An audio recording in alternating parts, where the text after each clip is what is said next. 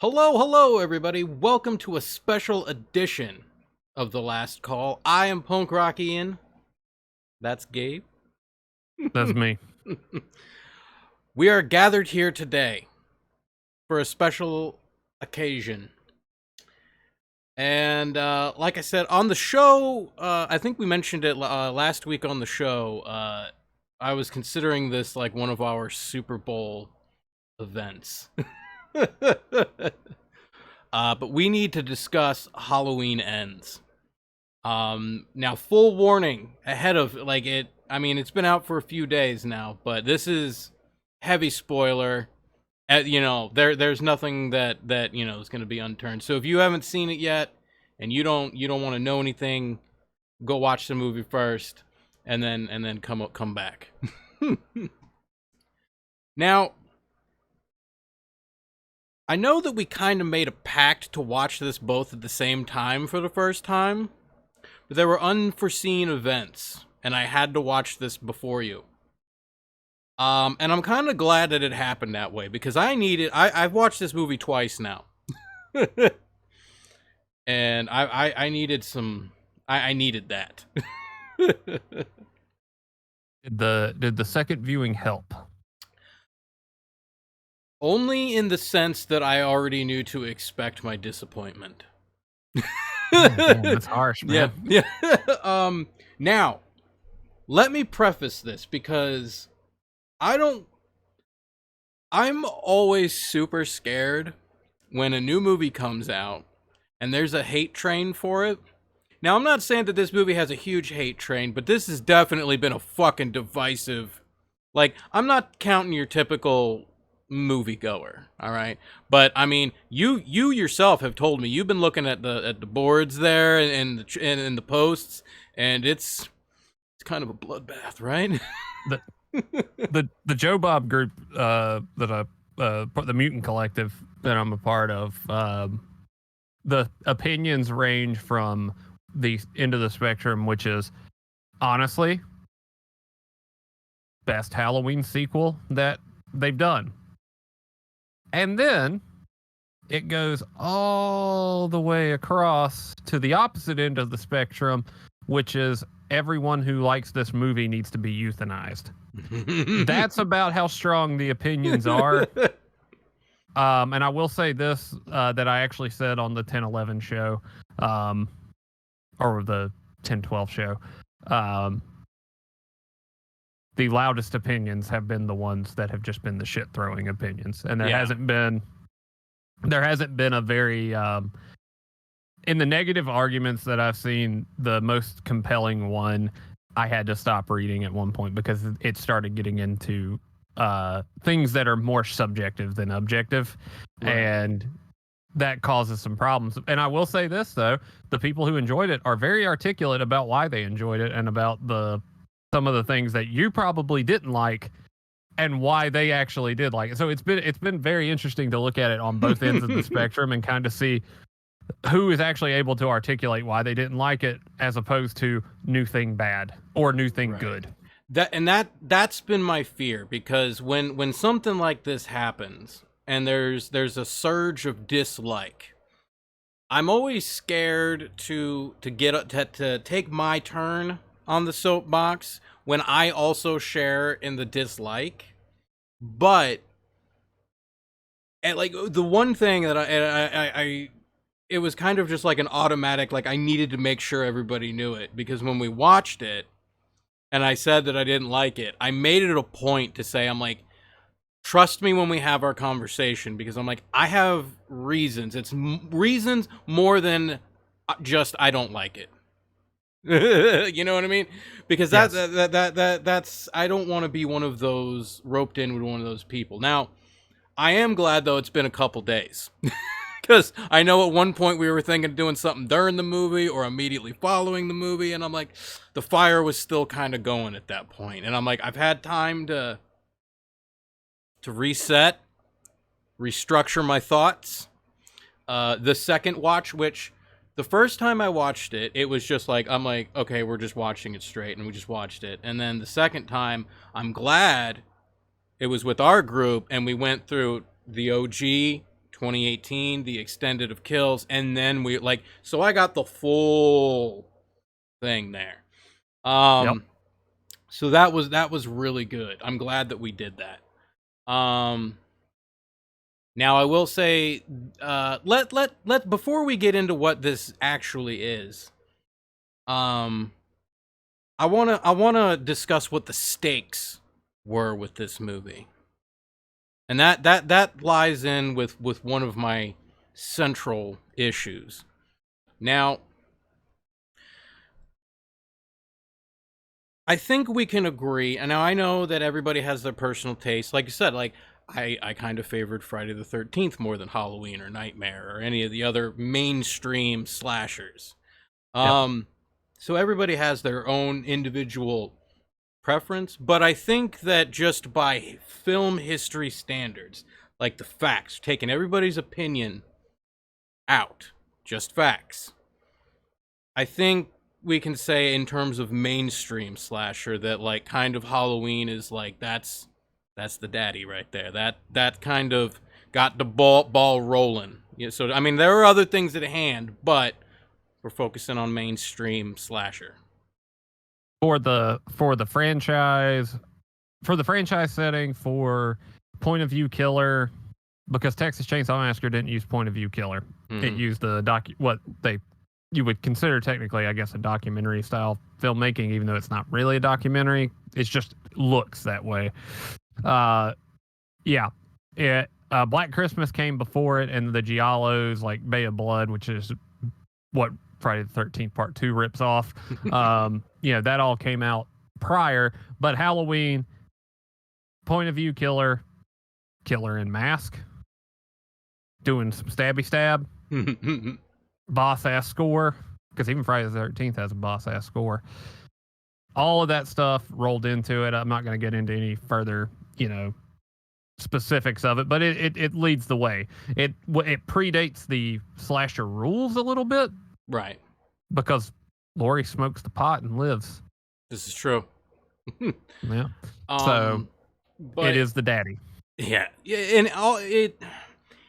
Even when you're with somebody who doesn't typically watch horror or slashers, or this typically isn't their cup of tea, but like October rolls around and they want to watch something spooky just for season's sake, I think that generally people in that situation tend to put on Halloween as opposed to, say, a Friday the 13th or a Nightmare. It's easier and like a little bit like this one's got the credit. You know what I mean? Like people are more willing to accept Halloween than they are Jason. Because it's the title. Right. It's Halloween. And even so, the people I know that they're not big on the horror, and especially on the slasher. They'll do supernatural and Japanese horror and stuff, but they're not big on the slasher. They'll do Halloween 1 and 2 because I mean, as far as I'm concerned and they're concerned, that's a nice 1-2 punch, complete story, and you're good. So you would agree with me then in saying that I'm not saying this in a negative way towards any of the other franchises, because like I said, to each their own. I myself, like I said, Friday the 13th guy. But doing something with this movie, like with Halloween, the series, the franchise, doing something with that is kind of a big deal. It's, like you would put more precedence on that than, say, another Friday the 13th, which, fingers crossed. Anyway. It'd be coming. So there's that. Now, not only that, again, mainstream slasher franchises. Now, the killer is always kind of like, that's the, Jason, Freddy, Myers, all of that. Now, occasionally you get a Nancy, like, from Nightmare, but you don't stay with her. Like, and as much as I love, why does her, it's Heather Langenkamp. Yes, thank you. As much as I adore her, and her character, I'm like, I don't necessarily like. I mean, I prefer her movies, but in the franchise, but it's not a make or break with me. she's not the central piece of the movie that Exactly. you're going to see. And another one that we always leave out, and I don't know why we always leave them out. Probably because they're not technically slashers. Ashley Lawrence from Hellraiser. I Oh mean, yeah. her character's in what? Out of the first 6, she's in 4 of them. I Right. want to Yeah. say. It's true. So So, and not only, and again, and this isn't me talking about Heather Langenkamp or anything, but I mean, in terms of just numbers of in numbers in star power, comparing her to Jamie Lee Curtis, it's a losing battle there. You know what I mean? And that's not a negative. That's just facts. More people know Jamie Lee Curtis than Heather Langenkamp. Sure, and if Jamie Lee Curtis hadn't have gotten on the Hollywood train with Trading Places, I think was the first big one that she did after Terror Train and Halloween and all of that, then maybe she would be in the same cult scream queen vein. But Langenkamp, she's one of the only people to return for New Nightmare besides John Saxon and Robert Englund. So here's what we've got. We've got a very important franchise in a genre. Like they're like, maybe you can make a case for something else being on top of it, but that's going to be far in between. Now, you've got that. You've got a character that's a central protagonist to our main antagonist. Like this character is way more central to the story than Nancy is to Nightmare, and they fucking shit. Tommy Jarvis only got like what 2 movies? I'm not counting 5. Tommy got he was little in 4, and then there was 6. I'm counting 5 because you have to, and it's actually, and 5 will be pertinent to our conversation. Yes, it will. Tonight. Yes, it will. But also, Tommy is so beloved. He got 2 fan films too that are borderline considered canon. Really, I did not know that. Never Hike Alone and Never Hike in the Snow. We watch them as part of the thing usually. I've heard of Never Hike Alone. I didn't realize that's what that was. See, it's not really an origin story or necessarily that he's central to it. I kind of just goofed there and spoiled a little surprise from it. But he's listed in the fucking credits, so it's pretty obvious he's going to make an appearance. But yeah, he so beloved that he has that they went ahead and made a canon story kind of around him while the franchise was in limbo. So, but we've got this important IP. We've got this there's never been really a protagonist antagonist kind of battle as big as these two, Laurie and Myers, in this type of setting, like a mainstream slasher, Now, we finally get her to come back, and we're going to do this. And we're going to make it a trilogy. And after this trilogy, that's it. We're done. Like, we're not... I mean, there may be reboots. I'm not saying that we'll never see Halloween again, but this story with this actress as this character, for the sake of, whatever the fuck may happen in the future, that it's done for all intents and purposes. Like, this is it. This is our last shot. Yep. Now,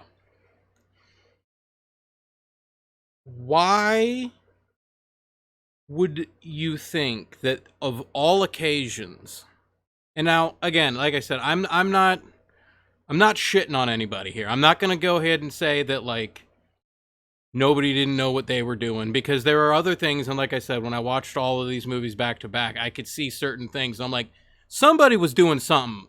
There was thought put behind shit. So I'm not going to say that people fucked up or anything like that. But when you've got something of this magnitude, something that could make this genre transcend the dirty looks that it often gets. Why do you decide that this is the time to gamble and experiment? That is because they already had you on the hook. and it's fine. Because honestly, I was looking at it almost, there was a lot of me connecting this to the sequel trilogy of Star Wars even. Because I was like, you know what? I'm like, and I'm not against experimentation or anything like that. But that's one of the things. I'm glad that you pointed out that you've actually read some articulate, like, people who have enjoyed this, because I've yet to see it. I know that it exists. I'm not saying that it doesn't, but I'm glad that you pointed that out, because all I ever see is just people saying, like, I really like that they took chances, but they don't talk about what they liked or what the chances that were taken that they liked. They just leave it at that blanket statement. And my counter argument to that would be, I'm like, okay, let's say I made a James Bond movie and you sit down to watch it and the opening happens, Bond comes out, it's the circle, the whole traditional intro. But I made Danny DeVito my James Bond. Now, did I take a risk and experiment? You sure as fuck I did. But is that the kind of thing that does it fit? Does it work? Should that have been done? Depends on how the next 95 minutes are. This is true, because I did say that to my wife, and I'm like, I would really like to see that movie. you were sitting there trying to make it sound negative, and the whole time I'm like, no, let's see where this goes and let's see where DeVito takes it. But I really, my main thing is like, this should have been, or what I felt. Okay, I felt that it should have been Laurie and Michael's stage. Not saying that it hasn't been, but this is like, it almost felt like it was a backdrop. Like, the main story was Corey and Allison and what was going on there. Now, I didn't dislike that story. Because, now people are like, well, what the fuck were you so mad about? And I'm like, no, that was a good story. I just didn't think that it was appropriate. Like if we knew that there was going to be 2 or 3 more of these movies down the line, and then yeah, fine. Okay. This is okay. Let's see what happens after this movie. But you can't. I think it's weird to do the change at the end. And getting into the movie, there were some certain decisions that didn't make sense to me. Now, this is where I want you to talk me off the ledge, sir. All right. I came prepared. Why? Well, first off, let me get this out of the way, because the main thing that kind of bothered me was, okay, now I'm not going to act like a fucking movie snob or anything. The evidence is in our shows that I only learned this shit fucking 2 weeks ago, all right? But the whole thing with, okay, naming Dr. Loomis after one of the characters in Psycho, that's a nod. We can all agree. Taking the character from Christine, literally out of Christine, and putting it in Halloween, and not letting it even be about it. I was like, why didn't we just make a Christine movie? I mean, this was to me more than a nod, because in Christine, the character's name is what? It's either Archie or Arnie. That's the only thing I can't remember. But Arnie. Arnie, that's what I thought. His name is Arnie Cunningham. So we've got Corey Cunningham. All right, if it stopped there, that's fine. But then, so the moment, you know how at the one point when Laurie is at the bar and she's talking to the dad of the kid who died in the beginning of the movie, and he says that line, I know that the kid who cut my lawn was not the one that killed my son. Yep. That characteristic, that part of Corey that he's talking about, the version of Corey that he's talking about that he would think of that cut his lawn, to me, that was Arnie to a T before he gets the car. He even Yeah. looks like him. The hair, the glasses. And then when he meets Michael, his Christine, shit goes awry. And I'm sitting here, I'm like, this is like not a nod. This is, you didn't finish your homework and just Wikipedia copied some shit.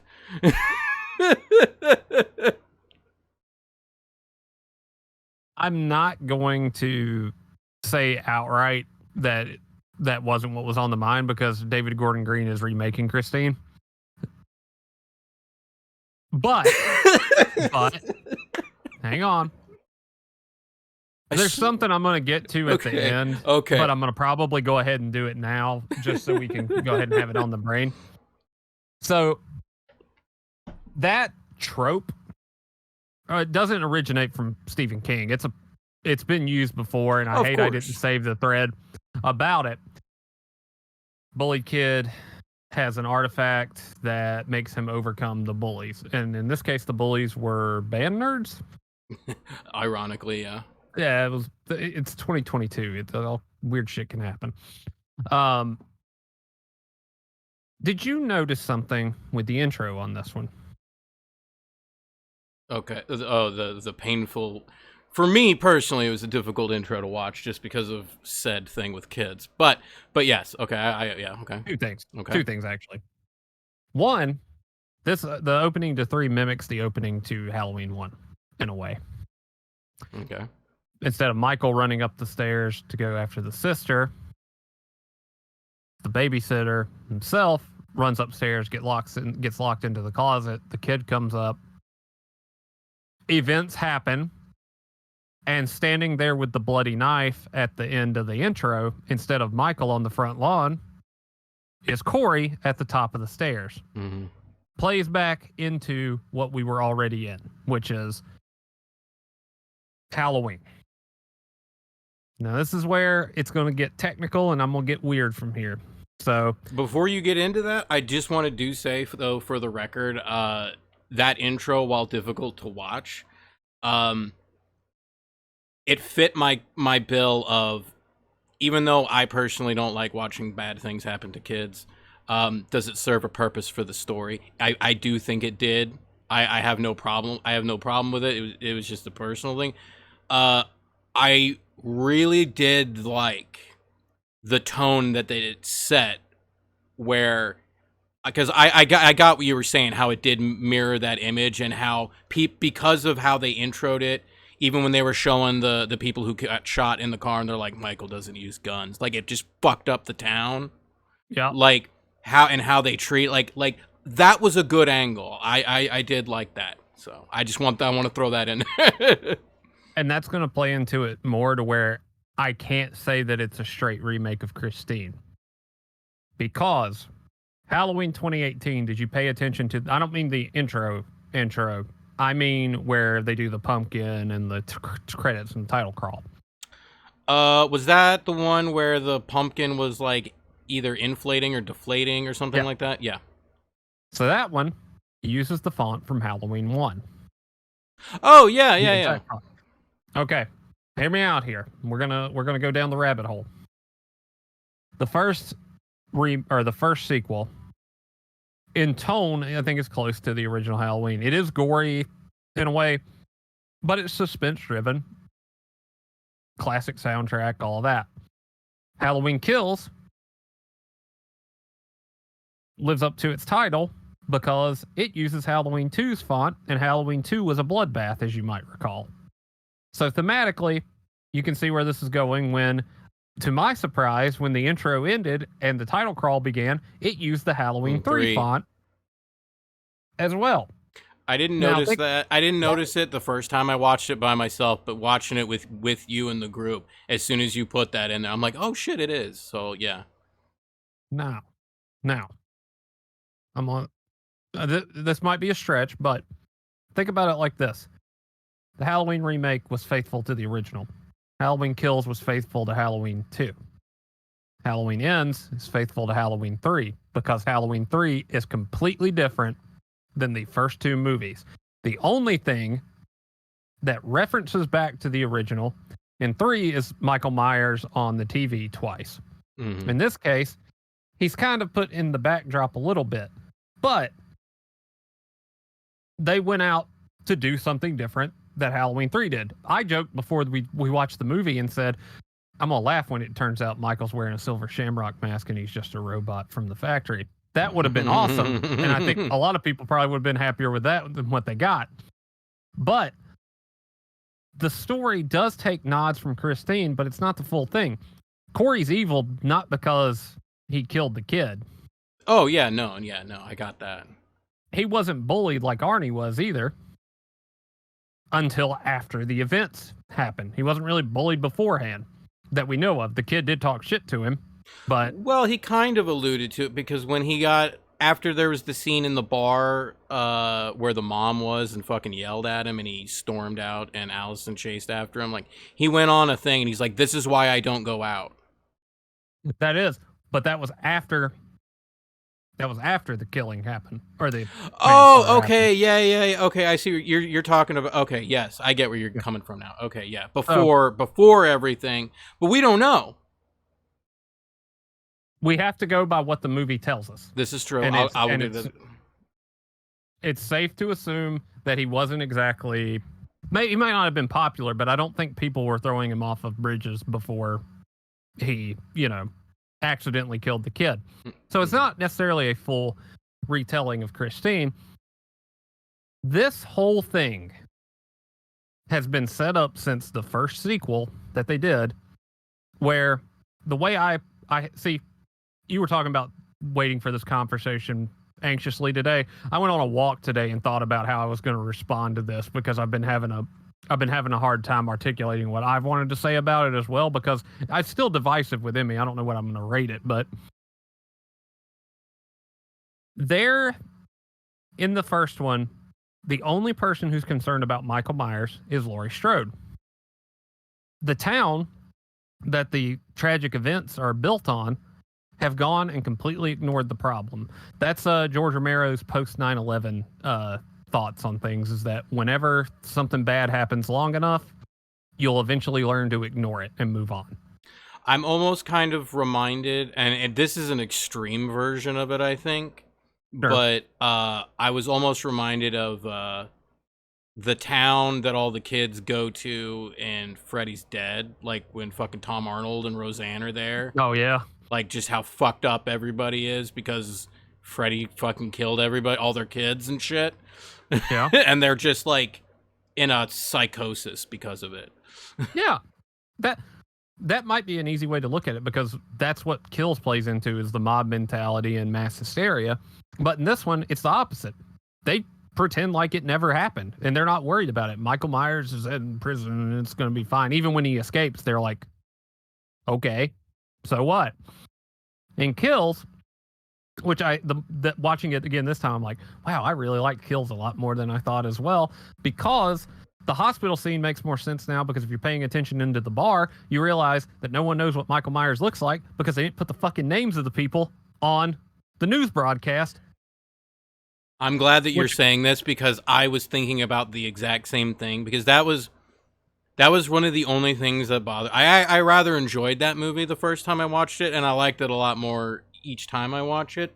The only thing that I disliked about that movie was just how far it went with the one guy falling out of the window. Or, well, he didn't fall. He fucking killed himself because they were going to rip him apart. But yep. That bothered me. But that you were right, because I did notice that. Because my biggest complaint was, like, why would anybody confuse a 7-foot Michael Myers with this little penguin, and I mean penguin by, again, Danny DeVito style, because that's what he looked like, person. And I'm like, well, let's think about this, because you're right about because the report, even in 2018, everybody knows who Michael Myers is, but they don't know what he looks like. At best, maybe you know about the mask if you came into contact, but the general public probably doesn't even know that shit. Oh. But that guy's picture was on the news. The first one, too, which you would think would be most important. So them going after him, and then, of course, the only people who would recognize, because of, like I said, I'm like, why would they confuse him with a 7-foot Lori and fucking what Judy Greer's character? Judy Greer. Yeah, like they literally just. Well, Lori would already know, but Judy Greer literally they just had a fight with them. Like they would know, like, okay, yeah, that's obviously not the same person, and they're the only ones in the movie that are like, it's not him. And Tommy didn't notice. Oh, and security guard Brackett didn't even notice either. So that plays out a lot better. Yeah. That one detail completely changes that scene in the movie, because I remember when that came out, the biggest complaint was it's out of nowhere, it's out of place, it doesn't make any sense. And the whole time I'm watching, I'm like, well, it makes sense. The movie's about mass hysteria and the mob mentality. The sense, like the all of the factors to make it make sense may not be executed 100% properly. Because if you're not paying attention, it's a quick glance. Just like Deep Red. And then, of course, the possible. Well, I can't confirm this, all right. But the conversation that I had with you about when my mom was on set, and how that line "Evil dies tonight" was written, and the punctuations. Like I said, it's weird, but I think that might have been different. That might have made it play different. Amazing what a comma in front of evil does instead of a comma in front of dies does. Exactly. I mean, that also changes it, but again, the fact that we have to go off of what's in the movie also kind of sucks, because I like it the other way. But with that said, if the second movie is then about the mob mentality kicking in and like, well, we forgot the problem and we need to do something about it. The only problem is that anytime you say we got to do something about it and you have no plan and no intel on it, that's when the saying the road to hell was paved with good intentions. Because in this case, holy shit, they fucked up. Innocent man dies. The entire, call it what it is, the entire lynch mob of Michael Myers, bye-bye. Yeah. Although that's not explained, and therefore my theory about it, I think, stands, because we were seeing a retelling of it based on nobody who was there. So because nobody was there, and nobody who was there survived. So that said, when Halloween Ends started, and after the title credits rolled and all of that, I had all of that on the back burner in my mind, because I was like, okay, what route are they going to take with this one? And they took the most obvious option, which is we fucked up and forgot that this evil presence had been in our town. And so now we're going to compensate for it. So now anytime something bad happens, we got to find that Michael Myers in somebody. And that's what I think is probably the biggest difference between saying that this is a straight up Christine remake or a Friday the 13th Part 5 send off type deal, is that the whole time in these three movies, the town has been its own character. And that character has had moods in each of the movies. In this one, harken back to Phantasm being the 5 stages of grief, this is a much more aggressive town, because they have to have something to blame on somebody, because they don't want to get caught with their pants down again. And in this case, it bites them in the ass, because a kid made a mistake. Young child gets killed, and all that happens is they put all of that hate and fear back into that one kid who just so happens to run across Michael Myers, who is a personification of evil, and that evil moves on to the next person. Because much like Arnie, once you break that first taboo, there's nothing really stopping you at that point, because you know what your limits are, and he didn't have any. Now, I'm going to jump around with some of my issues, mainly just because you brought up one that I don't want to have to keep jumping back and forth to things. Go ahead. Now, you were talking about the mentality of the town. All right. Yeah. Now, why? Well, I have. See, this was the good thing about watching it the second time, because I did get some answers for some of my things, but I still don't like the answers. Sure. So That's fair. I was slightly confused as to why the town was so quick to turn their back on Lori. Now, because I get what their motive was in the actual movie ends. So, like, you tempted that motherfucker and you brought him here. But the only problems that I have with that is that, like, I get it, but and I know that when I first saw people being mean to her, I thought that was just their mentality the whole time. And I have to remember that the switch against Lori happens because of the events of Kills. Yes. They're not mad at her. They haven't been mad at her since the 70s, which is the way that I took it initially. Yeah. And then I'm like, oh, wait, they're specifically talking about the events of Kills, i.e. they wheelchair in fucking Sanford and Son wife. Which... She was great, by the way. she was frigging. The whole drone thing in Kills, I thought that was. But that, because that's like, I was like, but that brings me even more questions, because it's like specifically that scene in Kills with when she's, before bad shit happens, when she's flying the drone with her husband, and they're talking about her.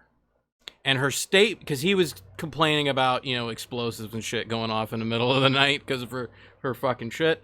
Hers is like, you need to leave that lady alone or she'll fuck you up. Like, I kind of took that like, yeah, that woman's crazy and she'll fuck you up. But at the same time, I'm like, I understand why she's fucked up. So...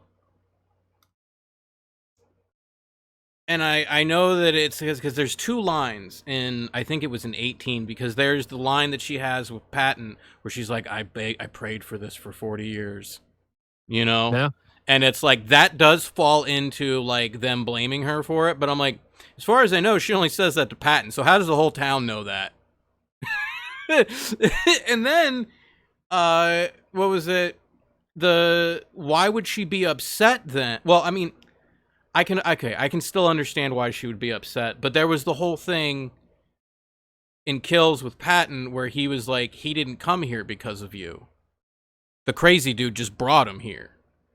And then I never liked that anyway, because I'm like, I'm not saying that they need to be brother and sister, because but there should be some connection there. I'm not saying it needs to be deep or anything, but like at bare minimum, it's just like, she's the one that got away. I fucking hate that bitch. Well, I think you can.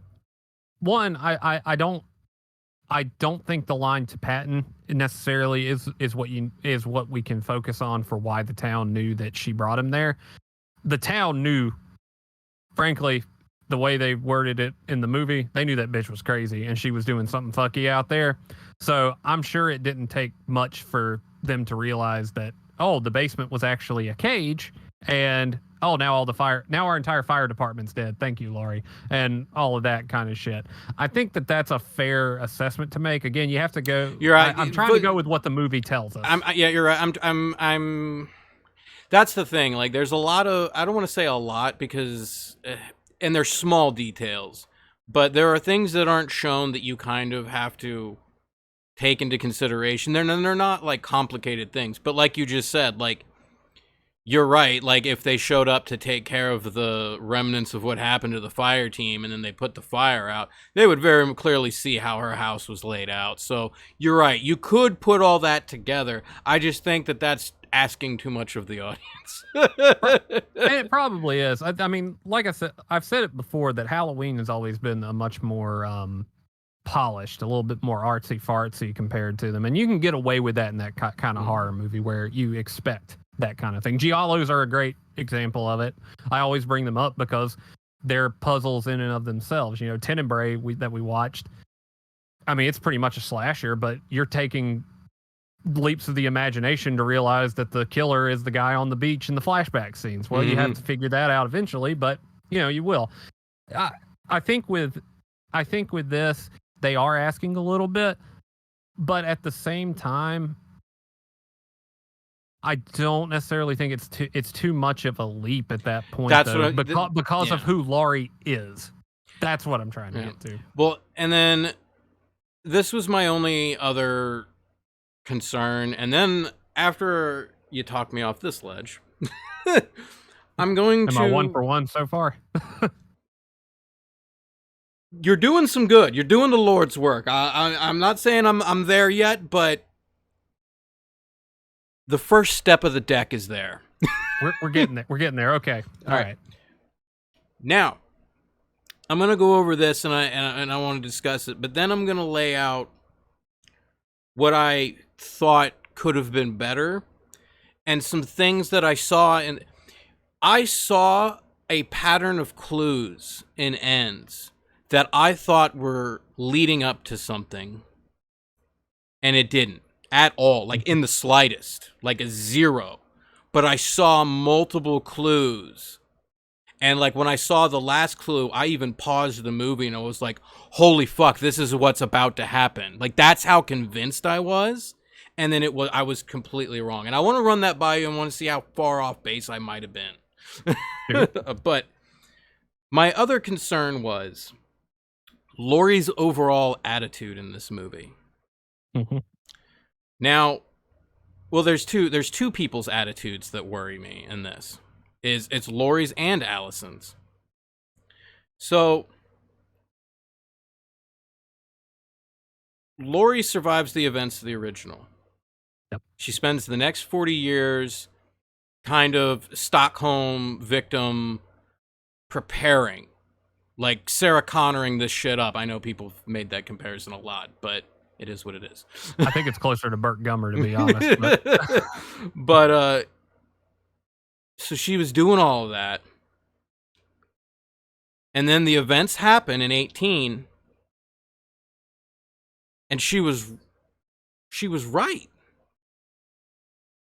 The events of Kills happens. And like the ultimate thing, because in the 40 years that she's preparing, she knows where Michael is. So she knows at least at bare minimum he's in the Institute, although that ain't gonna fucking hold him forever. So she's preparing. At the events of Kills, it goes a step further to where her own daughter is killed by Michael Myers. Her own daughter. Yep.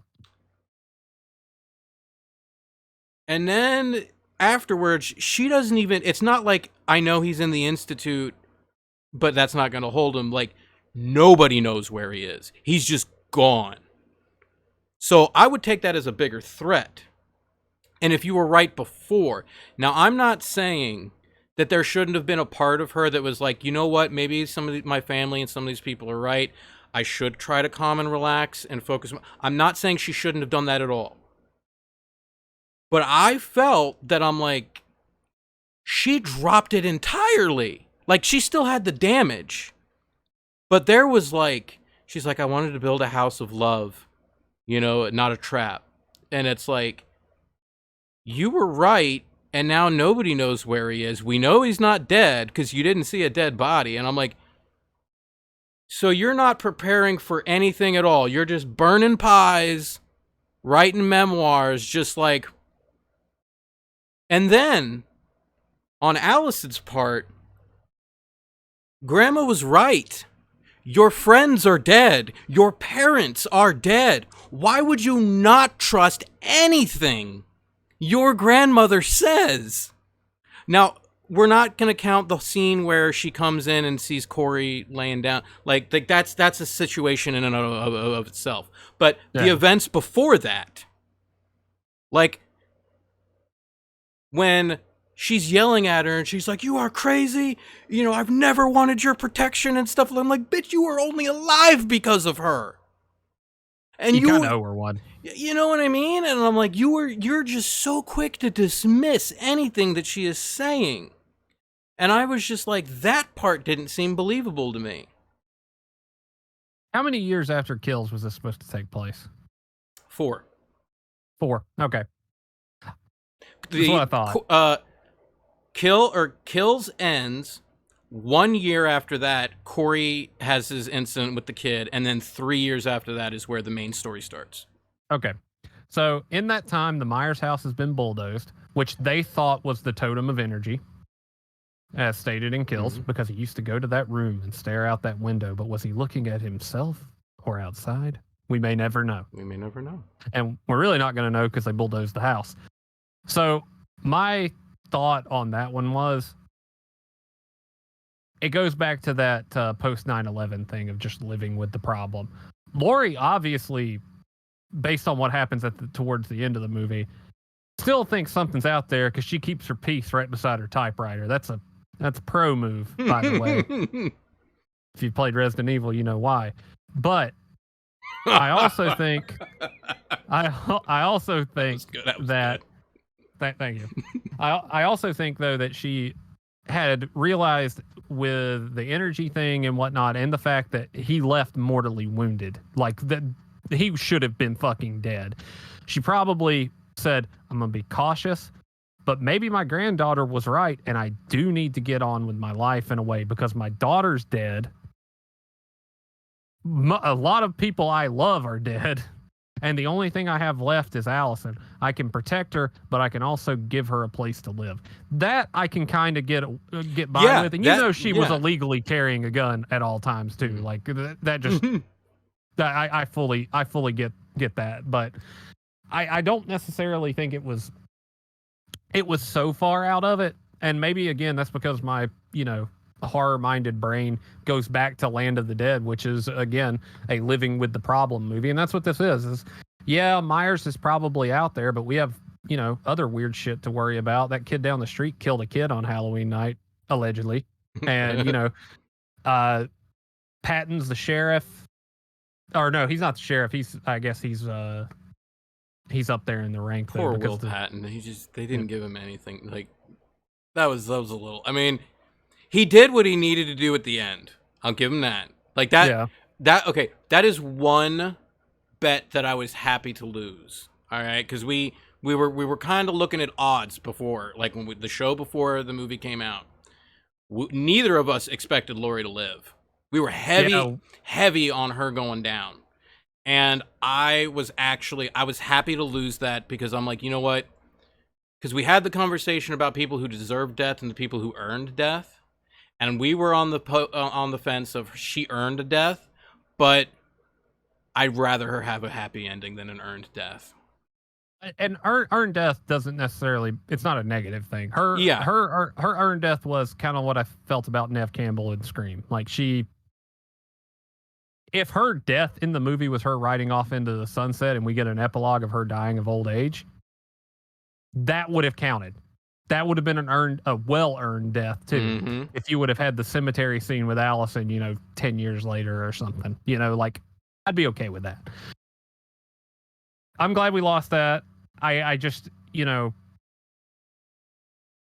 didn't look up anything about the movie other than David Gordon Green saying it was going to be different. Yeah. And it was different. Okay, my expectations were met because nothing happened the way that I thought they were going to. When they introduced Corey at the beginning of the movie, and that dead stopped, no pun intended. I was like, this is not going to be anything that I signed up for when I turned the movie on. And that's not necessarily a bad thing, but character-wise too, we were at the end of a trilogy. Let's go back to our Scream 3 rules. Anybody could die. And they chose wisely on this so as not to necessarily upset us as fans, but also at the same time enough to push us maybe to where we were like, maybe they should have killed Laurie, but maybe not in the way that, not something super graphic like sticking your fucking hand in a running, garbage disposal. Well, I thought that was going to happen. I'll tell you, there was a small moment. Here were two things that I thought. Now, this wasn't the thing that I saw clues for. We're going to get to that. Okay. But there were two things that I saw that were potentially about to happen, and one of which One of which I thought would have been kind of lame, but based off of how the other two movies were kind of going, I'm like, that would have been all right, I guess. But then another one, I'm like, if this would have happened, I thought it would have been sacrilege. I thought for a moment towards the end, like after Corey puts on the mask and everything, I'm like, oh no, Corey's gonna kill Laurie, and Allison's gonna kill Myers. The people who should it, you know what I mean? Like I'm like, it's not even gonna be a Myers death, and it's not even gonna be a Laurie. You know what I mean? I'm like, that would have been a tragedy right there. It would have, but it would have fit reboot rules though, because it would be passing the torch, but in a way that would have, the little Fallout, everyone like that. Yeah. It would have been everyone dislike that. Mm-hmm. And then another thing that I thought might have happened, and thank God this didn't happen either. I was thinking back. I was watching the story unfold, and then I started thinking back to 2018. And how they were I was sitting here thinking, I'm like, oh no, because I'm like, I thought that was just because this was 2018 and they're trying to distance themselves from the original sequels that they're saying don't count anymore. But the whole line where they're like, I heard that it was her brother, and like, oh, that's just some shit someone made up. And yeah. I'm like, okay, so we're dropping that. That's fucking cool. Like, I'm not saying I necessarily hate that angle, but I think it's a little bit better if it's not that angle. But then as the movie was going, I'm like, oh no. I'm like, did they specifically say that because of the things that are going on between Allison and Corey? Are we going to somehow get a twist that somehow Myers wasn't in that institute the whole time when he was younger, and that she came across him in school or something, and like he had a different name or something? Like, what was it? The guy, Jeff Tremaine or Tramer or something like that we never Ben see? Tramer. Yeah. What if that was him? But he was awkward. He had his own thing. And like how Corey attached himself to Allison, Myers was attaching himself to Laurie. And I'm sitting here like make it the twist somehow that, and I'm like, is there groundwork for that? I'm like, I guess you could say that, but I wouldn't like that, and I'm glad that didn't happen. But I was like, what if that was about to happen? There was a moment. If they convoluted it that much, I would have severely brought it into question. Now, I thought we were going to get some more Halloween 2 vibes, because the doctor that the promotion is passed up on because she's not stupping the doctor. That's Dr. Mathis, Dr. Stephen Mathis, who in Halloween 2 is the party that they are supposed to be going to is at Stevie Mathis's house. So, well, there's a little reference there that could have pushed us. I liked that was one of the things. So some of the things that I saw when I watched all three together that were cool, I'm like, all right, they thought about this. That radio station and the fucking DJ Willie throughout the whole series. That radio guy is on both of the other movies. Like, you don't ever see him, but you hear the radio on. And it's that station. Perfect. You see the tower in Kills from afar. Yeah. Now with the doctor, so in 2018, okay, so in Kills, there's the nurse and the doctor that go to the bar, the black couple.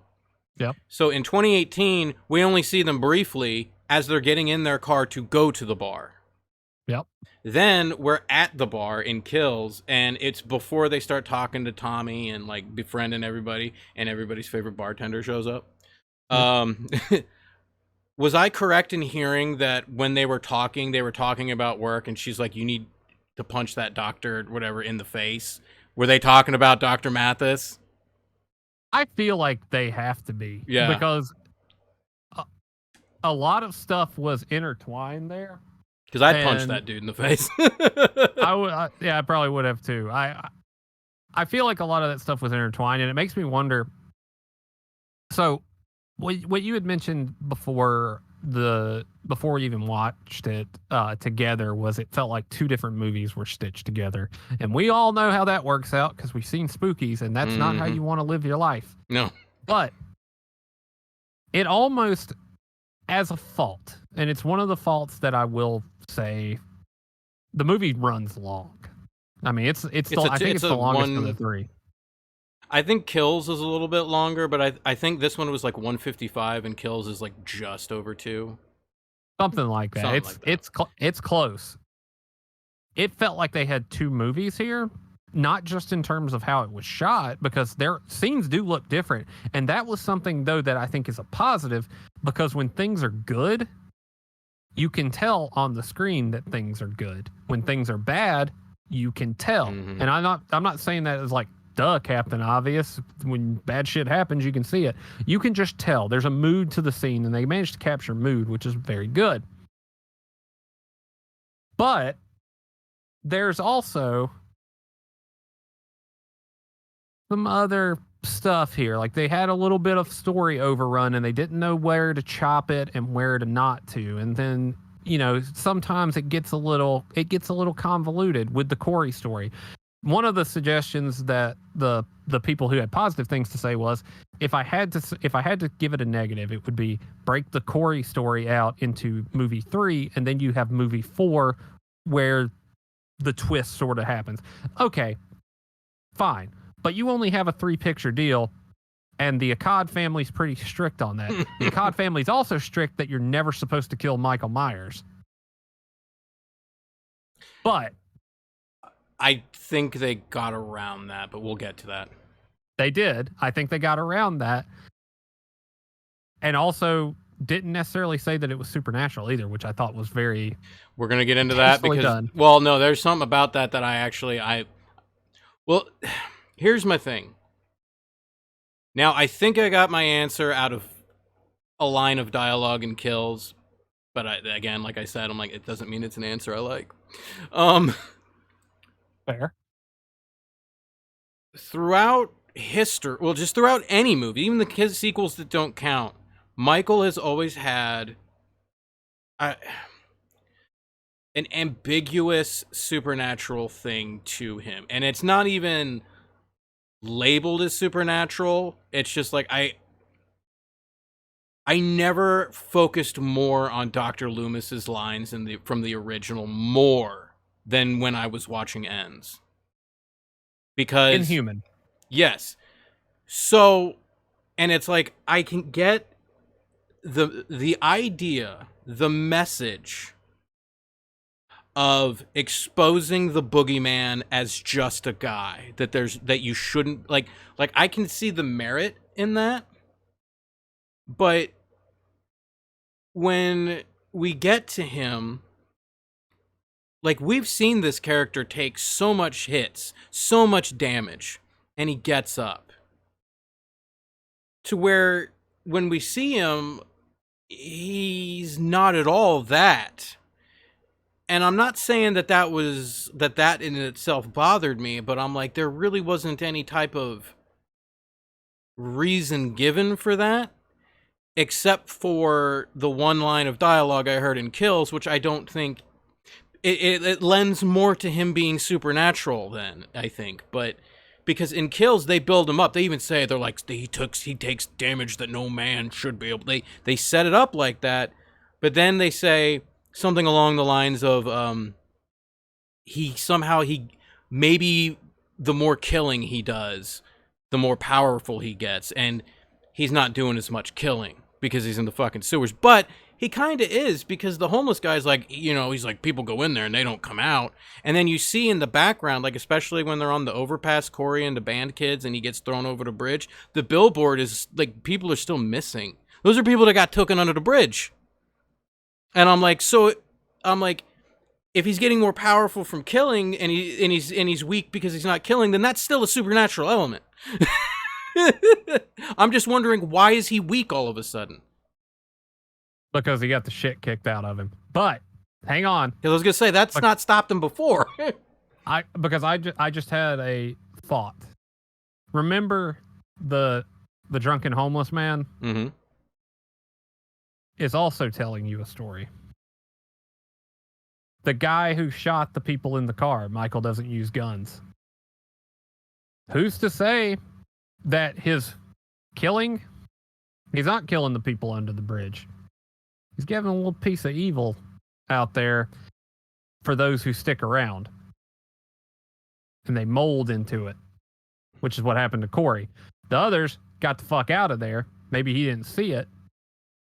And they took a little piece of evil with them, and that's what's keeping the town going. It's not necessarily that he's gaining power through killing, although the movie tries to make you feel that way whenever the person gets brought under the bridge.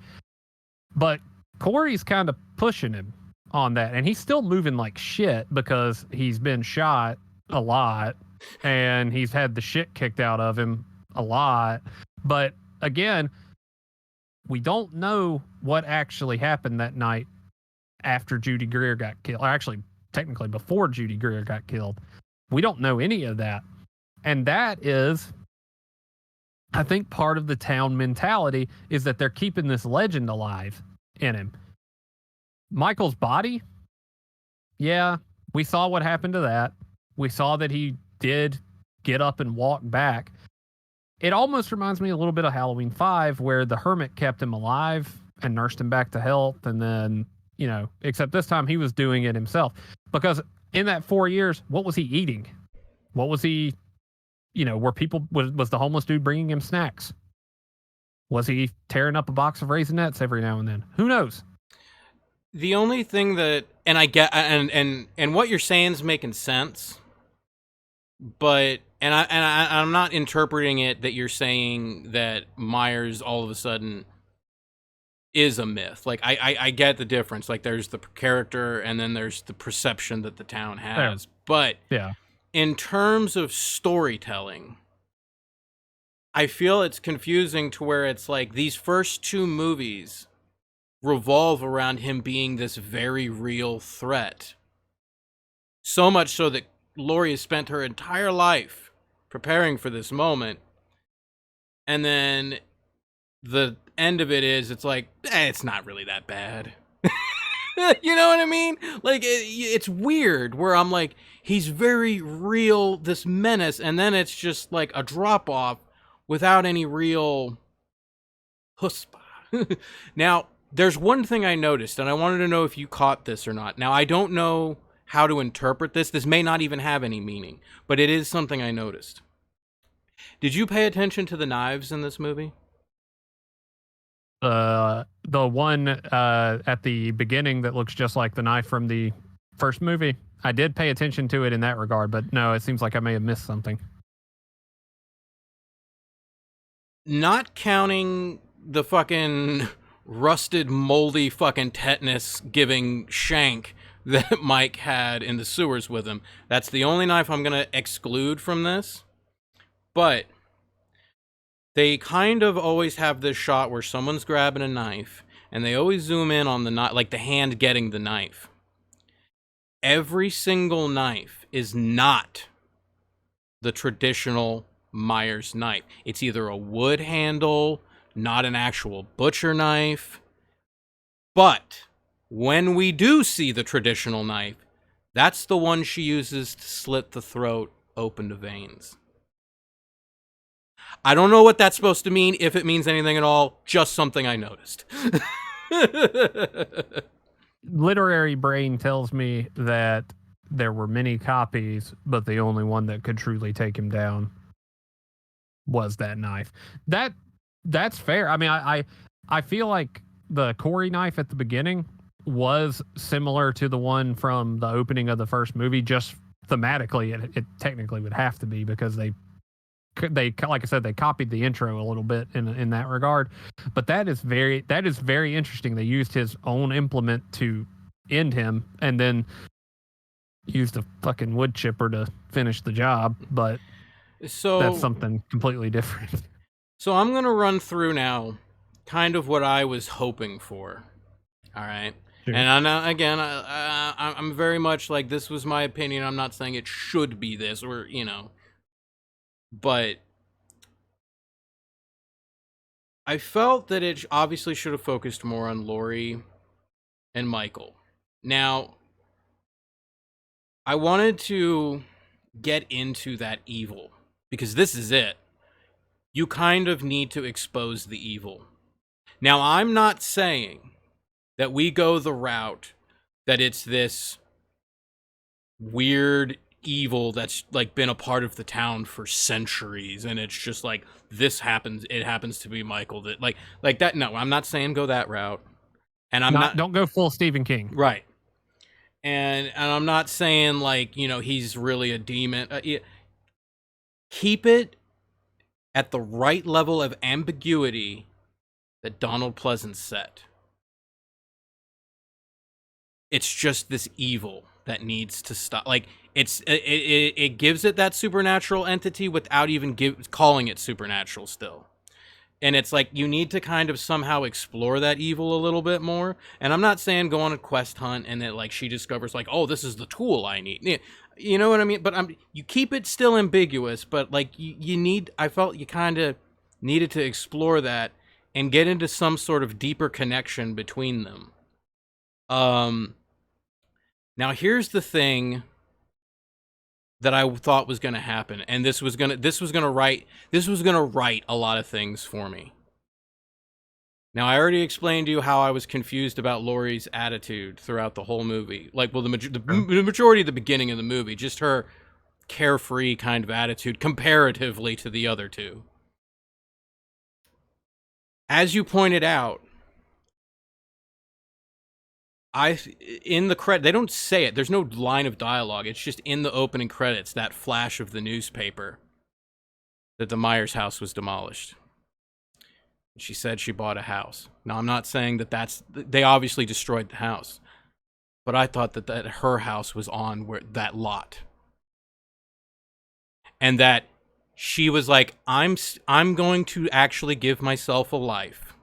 I am going to be the person that I should be. But secretly, never let my fucking guard down. Now, throughout the movie, there are scenes of things in her house.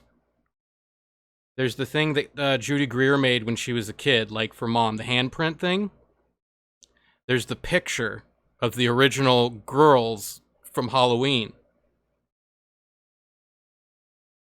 I was thinking that, because she said, I wanted a house out of love and not a trap.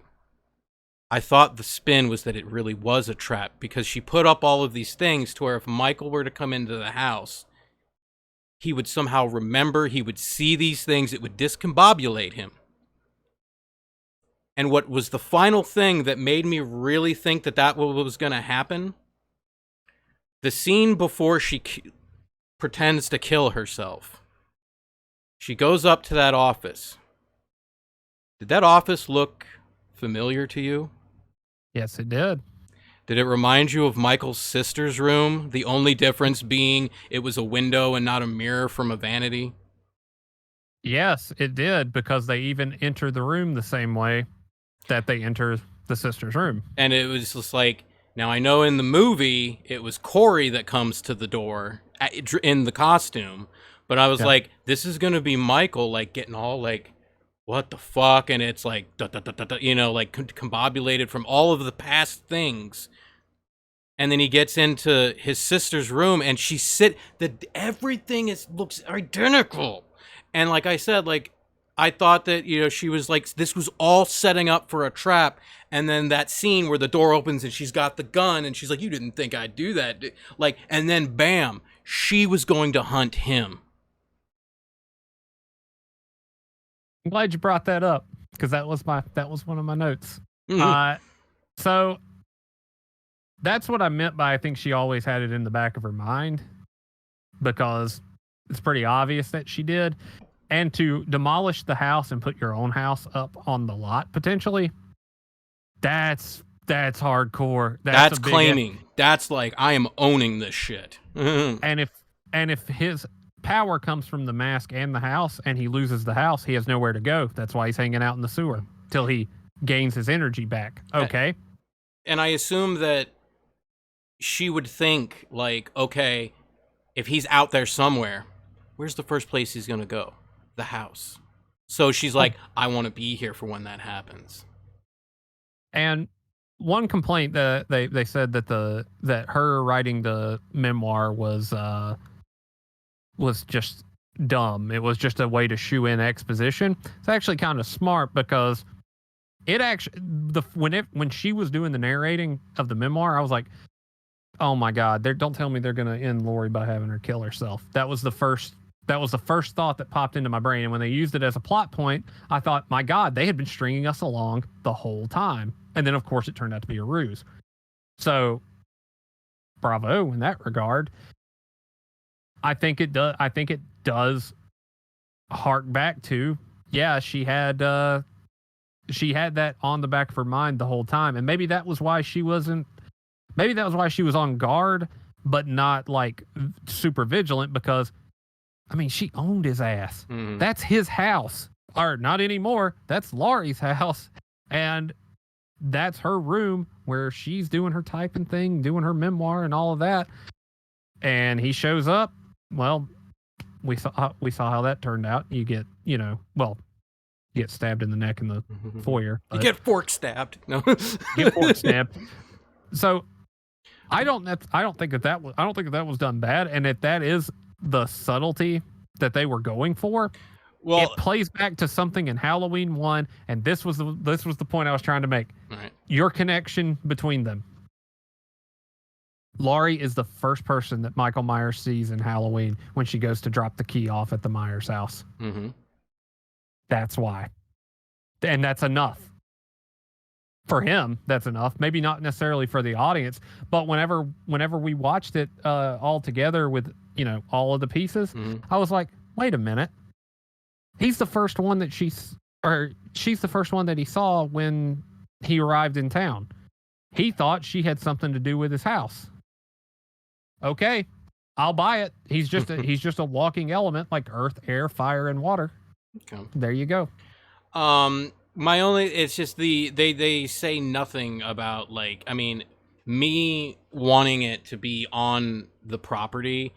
Like, there's nothing in the movie that indicates that that's what she did. That's what I'm like. I wanted that to be the twist, that it was the lot, and that she like I said, because I felt like that line was just too specific. Where it's like, I wanted a house of love, not a trap, and I really am just been like, it is a trap made of love. Yep. And it's like, that sounds kind of corny, but I thought that would have worked. And then have some shit go down to where Michael and Laurie take each other out. Hi, Corin. Kitty cat. Have that happen. Allison survives. And then you restore the town, not only because the evil is dead, but you restore Laurie's image. She saved the town. So now her image is fixed. She's the hero. And then I just throw this in just because personally I thought it would have been a nice little happy Hollywood ending, but it didn't necessarily have to be this. But fuck it. In the future, make Allison the mayor of Haddonfield. So Strode owns the fucking town. We got this shit on watch. Nothing's going down while Strode is here. And then until the next problem happens. Right. And then I didn't know if they were going to go the route of having like, I understand more them not continuing it than anything, but I'm like, if they were going to go the route of, like, maybe Corey's going to be the next thing, Jamie Lee Curtis is gone, Michael Myers is gone, but the costume, Corey's the new evil, But yeah. If they were going to do that, then the only thing that I was like, what they should have done is don't emphasize it, but when Will Patton gets to the house and he's like, Laurie, and he's like kicking in the door and shit, when he walks right by Corey's body, it shouldn't have been there. It would have been a nice touch. But I think what they did with this, that was I think the Corey thing may have been a little bit of fan service, because the fifth movie in two major franchises has been problematic. Friday the 13th Part 5 people didn't like because it wasn't Jason. Halloween 5 people didn't like because Jamie Lloyd was supposed to be the killer based on the events of the end of the movie, and they completely wrote it off because Dominique Oaknon-Girard threw the fucking script out in the script meeting for Halloween 5. And I know I mispronounced his name. I continue to do it intentionally. That's my bad. But this rights that wrong by saying, yeah, we'll have a kid don the mask. That's okay. And did it.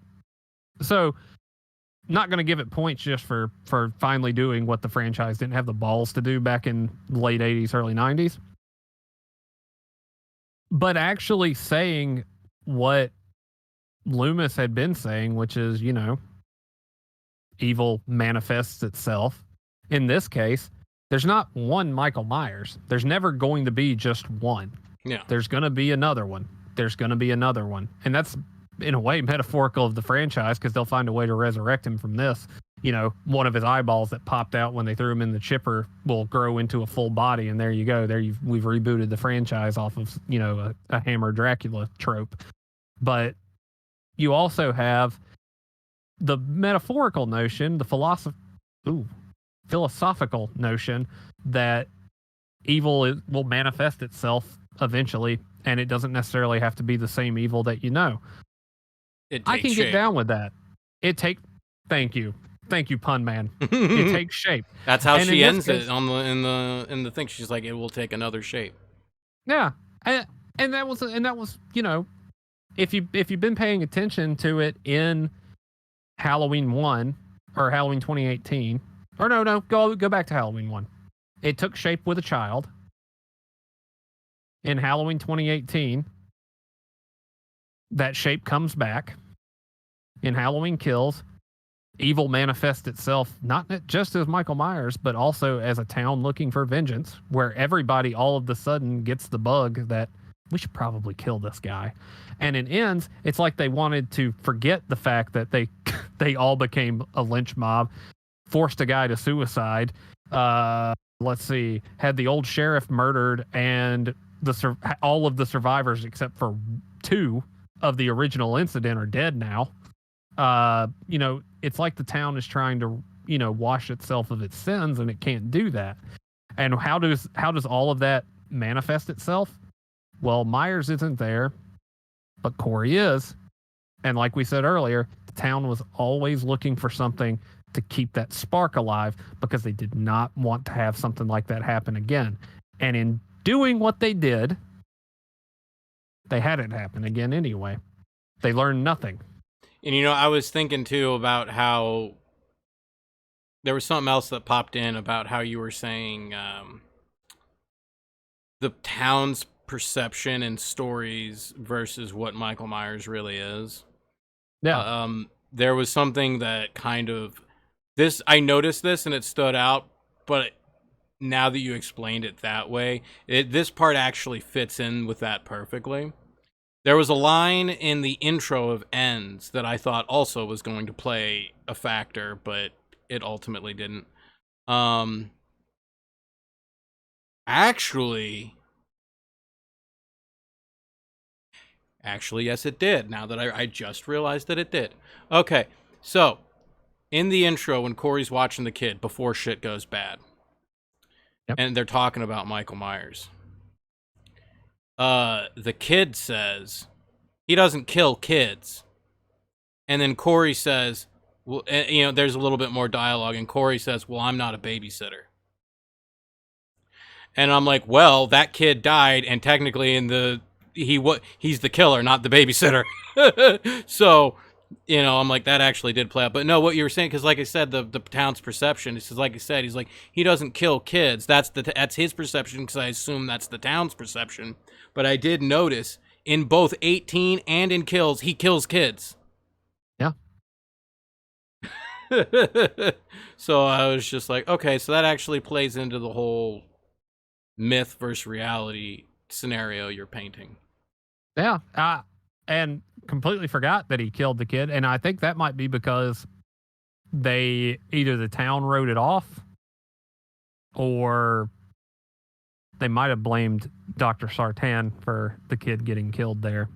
Because out of being one of the dumbest twists that they could have put in there, and I guarantee you that was producer Oh, in 2018's one? In 2018. That's literally the only thing I don't like about that movie. To me, that's the one thing that stops the movie from being perfect.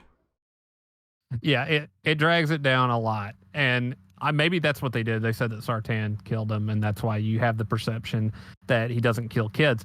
But I think it's important to realize that, because we've kind of uncovered a few nuggets of that. It's like the Big Boss myth versus the Big Boss legend and all of that, where the stories that you hear may not necessarily match reality. Candyman does that too, in a way. So let's drag another thing into this, where what Myers is accused of may not necessarily be what he's done or what he is in that current state. Now, Corey taking over, he might have different rules than Myers because he was so hell-bent on show me how you do it. But he never actually did it the way Myers did. The blowtorch to the face? Yeah, Myers has done some pretty damn jacked up shit in all of the movies. I mean, he shoved a shotgun through a big-breasted blonde woman's stomach in 4. That's not how you use those. The shotgun. But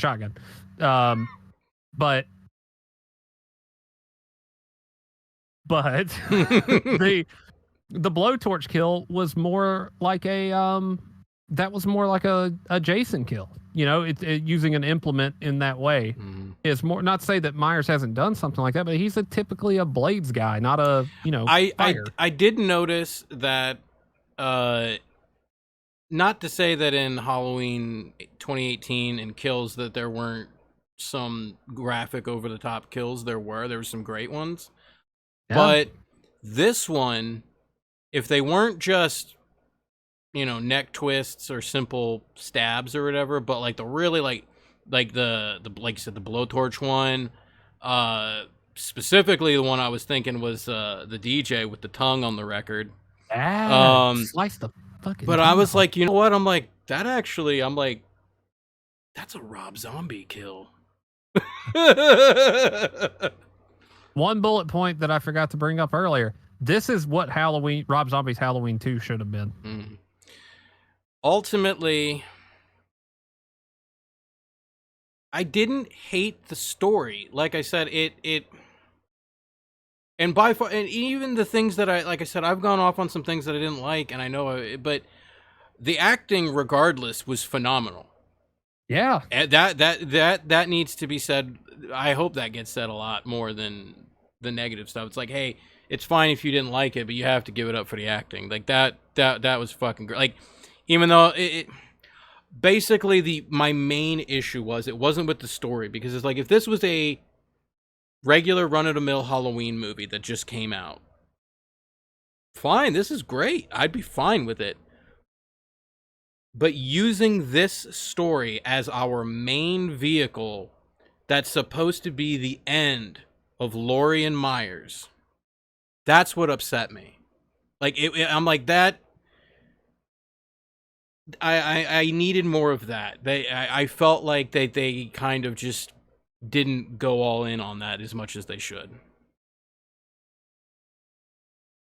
I will agree with you on that. That the showdown that was teased was not quite as showdowny as I thought it was going to be. Although Laurie putting him into that ceremonial wood chipper scene, that was good. And the only thing that bothered me about that, I mean, and it fit because of how the town was in Kills. Like, I'm not going to harp on it too much, but just for some reason, there was just a part of me that before they get to the actual wood chipper and all of the town are just fucking crowd surfing him, I'm just sitting here and I'm like, while they were writing this scene, they were watching the end of Joker. It's for very different reasons, but just imagery-wise. Or Spider-Man 2. I have seen that, right? Yeah. But that was my main thing, where it's just like, and it's not like I'm saying that, like, if they put out the next Friday the 13th movie and they were like, this is this is it, and they do an experiment, it's whatever. But for some reason, I just felt like if you could do this and pull this off, like, I'm not mad about people experimenting. I've never been mad about that. Like, it sounds like I am in this particular case. And it's not that I'm mad that they took a chance on something. Like, we're very big proponents of that. But I felt that there was an opportunity here outside of the movie to do something where I'm not saying make you know that this is going to be like movie of the year at the prestigious Hollywood shit.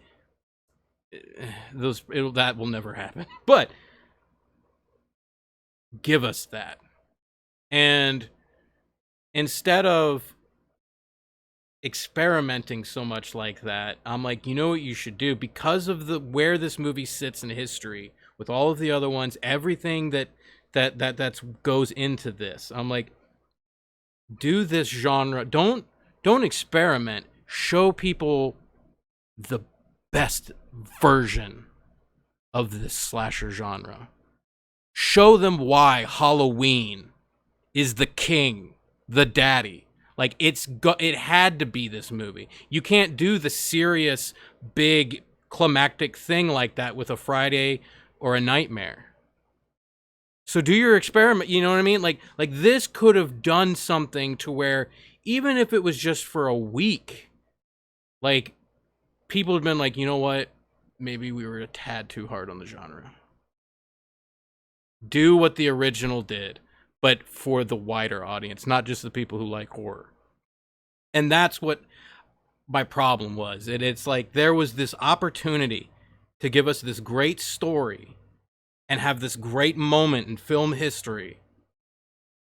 I rank this up with the tragedy that happened with the sequel series, that in all three of those movies, now I understand life, outside life, impacted this as well, but there was never a single shot of Luke, Han, and Leia together again in any of those movies.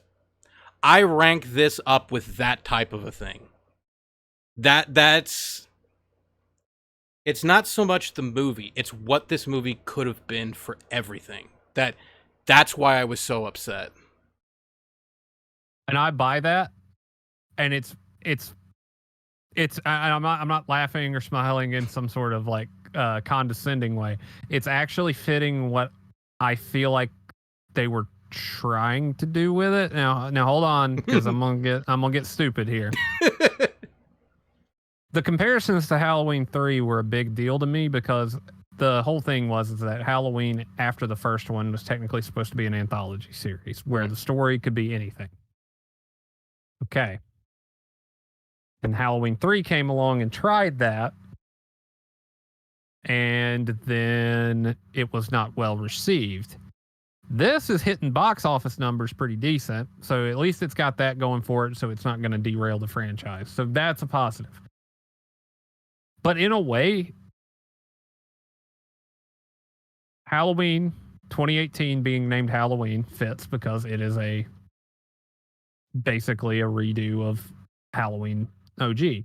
Halloween Kills is a redo of Halloween 2, which is the one where all the killing happened. There's a lot of it. Bodies and tits and ass all over the place. It's great. Halloween Ends is your Halloween 3, not just in font, but because in Halloween 3, Halloween was supposed to end because all of the kids were going to be dead. That was sort of that's the long and the short of the plot. This is Halloween 3 remade. It is a divisive, it is a more character-driven piece of Halloween, which I actually like, because the story it tells does. If you would have told me, if you took John Carpenter's Christine, not Stephen King's Christine, take John Carpenter's Christine, and you blend it with John Carpenter's Halloween, and this is what you get, I'd be okay with it. Was it the right time for it? Debatable. Was it executed the best? Also debatable. They did mention that they had changed the ending a couple of times, and I think it probably wasn't in the way we want to think of it as. I think it may have just been a logistical thing of how can we get here to here and what can we splice together for that. That said, Chandler and Jacob brought up a very good point with it. This movie is going to get scathed for the next 3 weeks. The Joe Bob group's already intolerable. No offense to the admins there. If they do the best they can with what they've got. Not since Rob Zombie's The Munsters came out have I seen such just people going all in on it. And that's been the biggest issue. A lot of the complaints that I saw were because of what they perceived, what should have happened versus what we got. Now, what should have happened is subjective from person A to person B to person C, all the way down the line. No debating that. We're never going to get off that topic otherwise. Right. With that said, though, taking it this route, they also managed to set it up. Like we said, evil will take shape. They prove the point that anybody can wear the mask. There you go. There's your way to keep Michael alive. That's great. But in doing it this way, Lori and Allison's story, for that matter, are done. There's nothing left for them. That's the ride out into the sunset moment that we need. Because killing Laurie for the sake of killing her wouldn't have been good. We discussed that. It had to be earned, and it had to be done in a way that reflects how it was earned. I said it could be brutal. I also said it could be go out in the sunset. Sure. You have options. Don't hate the way that they did it. I know that the general audience wanted more of the Michael, but that's I'm not going to say the genius because it sounds pretentious as fuck, but maybe that's the only way to really describe it. David Gordon Green made Halloween 3 again. And he made the exact same mistake that they made with the original Halloween 3. But in this case, it's a little bit more endearing because it's half story of Michael Myers and it's a half story of coping with trauma, which he's hinted at through all three of them. Horror movies don't have to have some bang up message, you know. Not everything has to be a Jordan Peele movie. Right. And that's not disrespecting Jordan Peele because the movies are good. I enjoy them. Sometimes we want dumb slasher. In this one we got dumb slasher and we got literary analysis by way of odd Christine style story. Even though I can't think of the other one that's derivative of, but we're going to hark it back to Christine every time. They're playing both sides of the fence with it. This is a cult movie that's going to make a fuck ton of money. At the end of the day, good or bad, in terms of, subjectively, is the movie good or bad? All over the board. Objectively, it was shot competently. Other than maybe one or two plot holes, I'll give it, my suspension of disbelief was good with it. So I'm willing to let that go. The music, John Carpenter was on fucking fire for this one. I think we were sitting here watching it and we're like, damn, if there's any takeaway from it, it's that he's just knocked that soundtrack out of the fucking park. All of the pieces of what make a film good came together, but they came together at different times. So if you don't like the excess story on characters and you just want the Michael Myers plot, do you think if you took out the Michael Myers plot, you could still have a competent movie? I do. I think if you took out all of the Halloween stuff wrapped around the Corey and Allison story, and you just had this fucked up romantic story about this guy having issues going down a dark path, like I said, I had no problem with their story.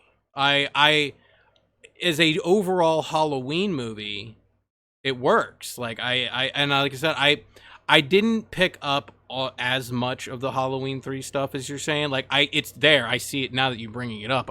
Obvious, yeah. but it still comes back to, like I said, I'm like, if there was another one around a bend, it wouldn't have bothered me as much.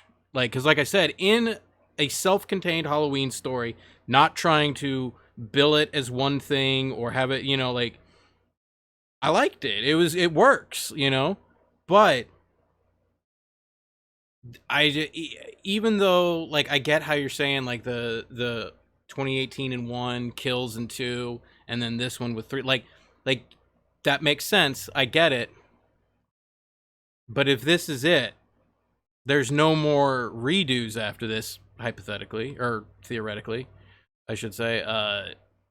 Then you're not getting Laurie Strode, like, again after this. Like, that was my thing. I'm like, why gamble that? Like, I felt that there was just so much more writing on it than just the movie itself.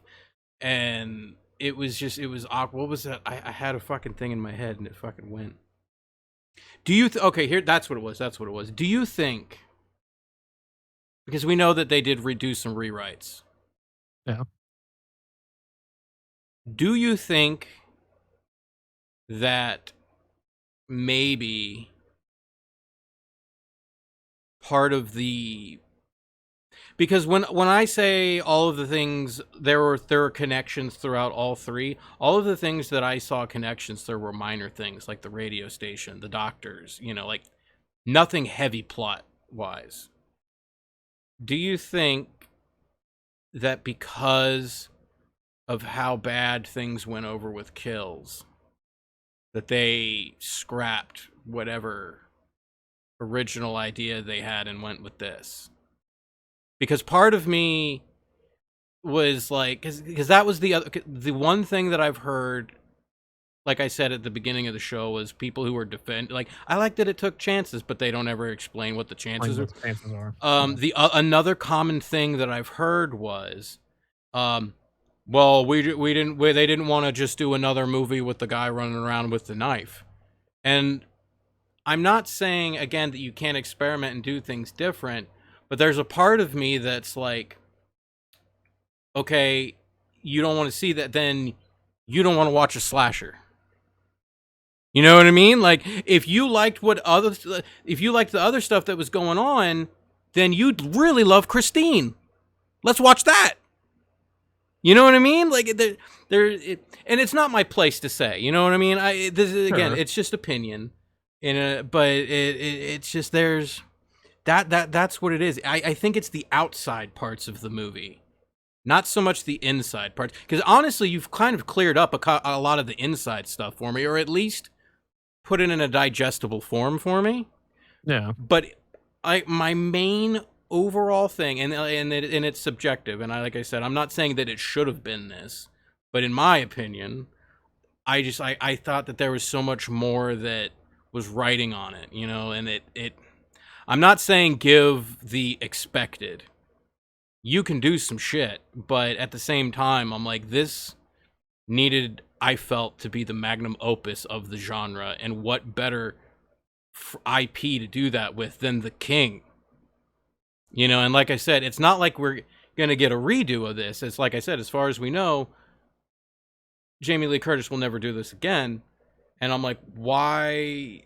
If that's the case, then I'm like, you need to do what's right versus clever and experimental. Sometimes I feel that an experiment is not what's called for. I'm like I said, I'm a big proponent of experimentation and flipping a script, subverting expectations. But sometimes I feel that's not what you need. And I agree with that a lot of the times, because some of the best Friday the 13th memories are made off of the AC/DC method of writing, which is copy and paste and move on. Because even though it got a lot of shit, like, I think maybe to my defense of like how I'm viewing this is we've discussed one of my favorite Friday the 13th is Jason Goes to Hell, which is universally hated. Because there's barely any Jason. It's kind of that. So it's like, it's not that I hated that. it's a paradox. Right. Two things. One, this is Hellraiser 5 as well. Mm-hmm. Because it's a movie that has a brand on it that if you took the brand off of it, it would still exist. And that's no debating that, I think, at this point. We've pretty much covered it pretty well. The other thing is, and this is the part that I want to be very careful with because fandoms are very rabid. And you know me, I'm already teetering a line here with some of the shit I say. Laurie is just a girl at the end of the day. Because in this timeline, I know people like to say she was in H2O, Resurrection, Halloween 2, and all of that shit. It doesn't matter in this Trick or timeline. treat, motherfucker. Yeah, see, all right. If you're gonna say that Halloween Ends is the worst in the franchise, and you're willing to give that shit a pass, head back to the drawing board and come up with some better excuses because it ain't gonna work. It'll be interesting because, like I said, last night I ended up watching the first Rob Zombie Halloween, and I have not watched the second one since the first time I saw it. And I'm like, because remember I told you all, when I had the initial fire after watching this for the first time, because you asked me, how did you like it? And I said, I'm debating between this and Halloween 2 Rob Zombie. and by that statement, you already knew. You're like, ooh. I got the pen and paper out and started writing immediately. So it's gonna be like I'm probably gonna end up watching that one again. Like when the show rolls around next week, I will have watched again finally the second Rob Zombie one, so I can really make that assessment. But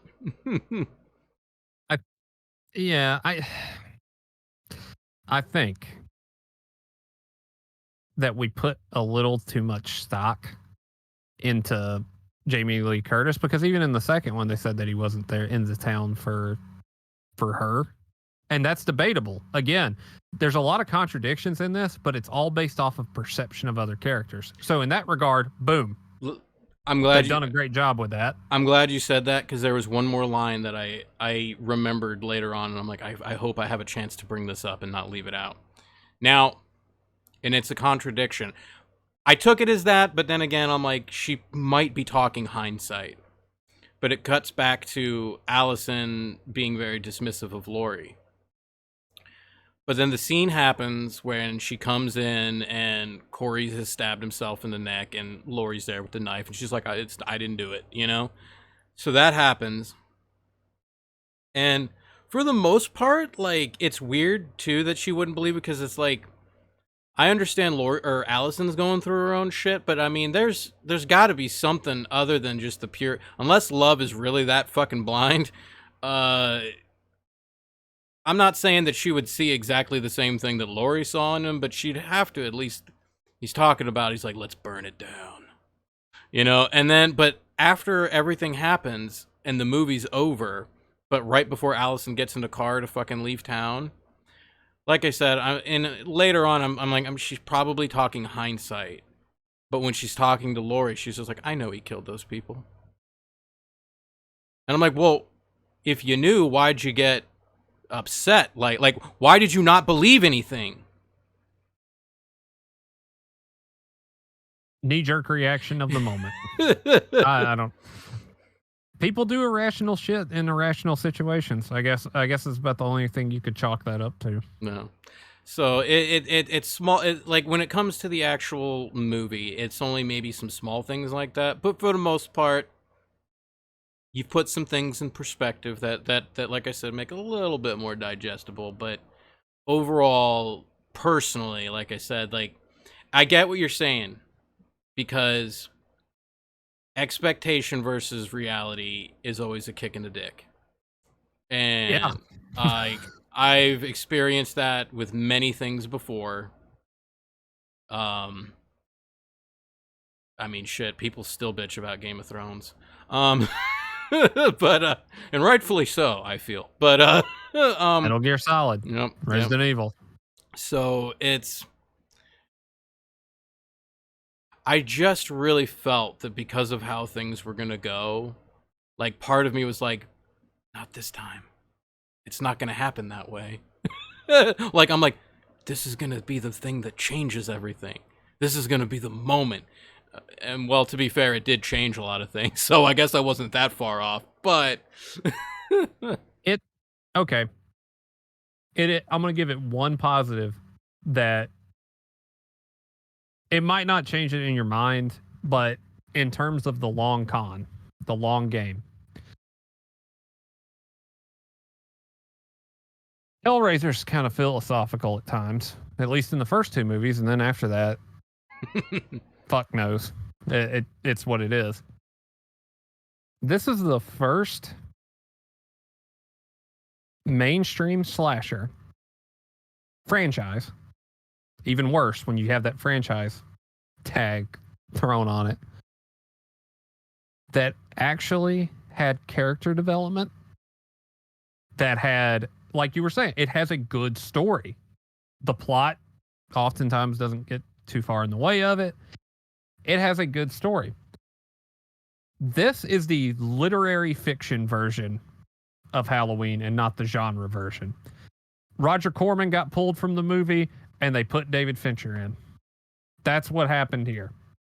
And for better or worse, the movie actually had the ability to tell a story about evil, and not as a singular person, but as a whole town and a singular person, because there's different levels of evil in all three of the sequels.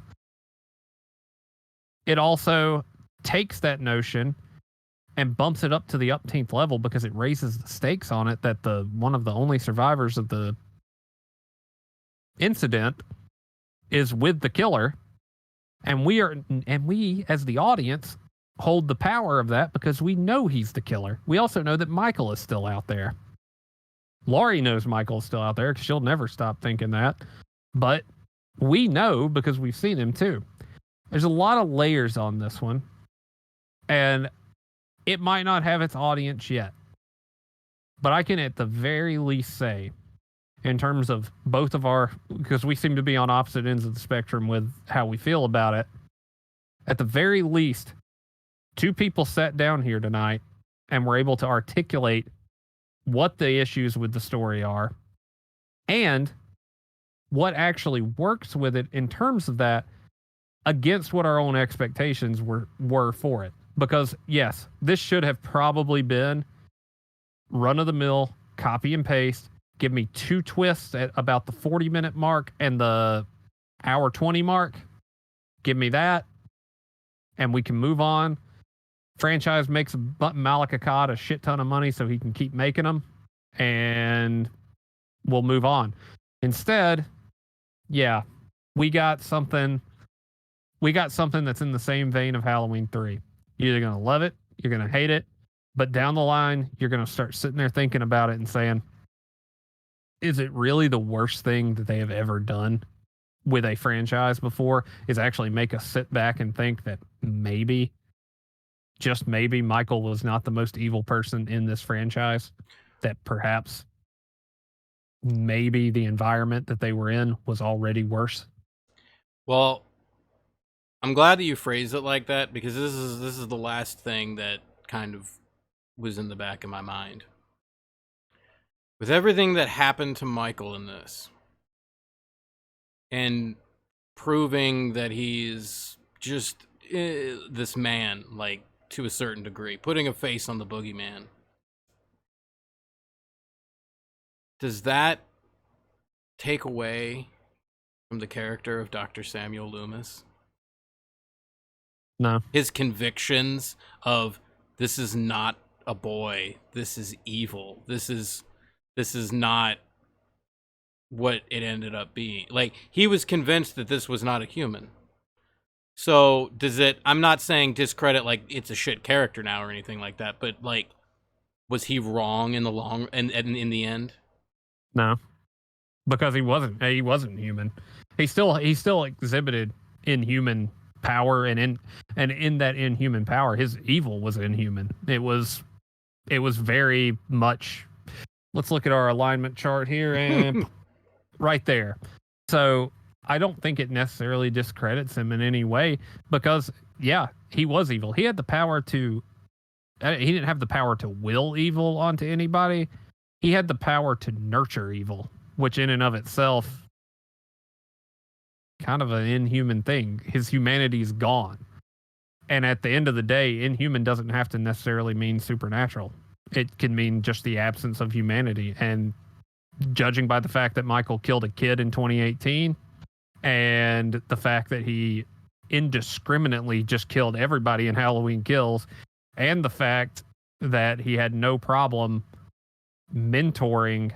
silently mentoring another person to kill people, that's about the most lack of humanity thing I think you can do.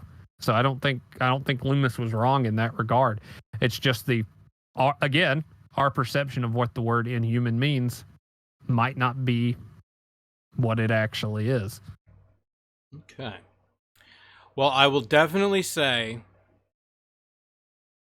you've highlighted a lot of interesting concepts that it doesn't detract from my outside of the movie problem. I don't that's just going to be a me thing. And I'm not saying I'm right either. I'm not saying that I'm right. That's the big thing. Also same. Yep. But in terms of like, because there was part of me where I was just like, because I stated at the beginning of the video that I don't want to say that, like, I don't think that people were lazy or didn't do their job or didn't care when it came to putting this together. It really, like, I didn't feel that at all, but it really kind of, like, hammered that home. I'm like, okay, they really didn't do that. Like, they really did. Because you can't get what you're saying out of it if they didn't. No. So, there is that. So, now comes the very difficult task of rating this bad boy.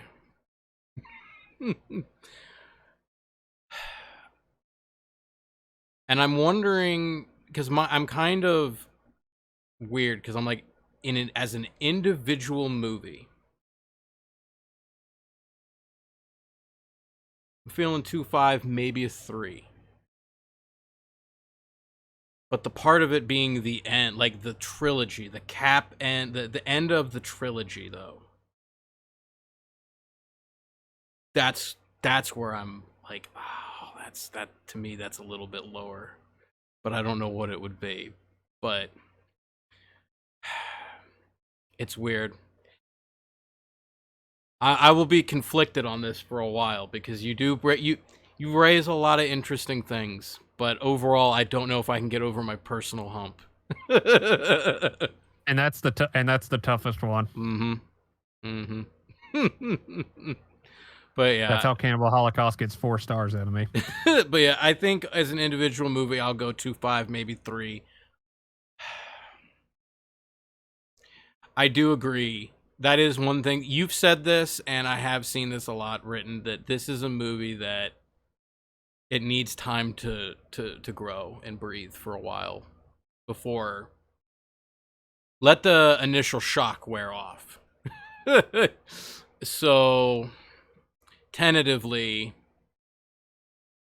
as the capper of this trilogy, I would go maybe 1.52. But I would really, I know that will probably go up higher after some time, but it like I said, that and the personal hump.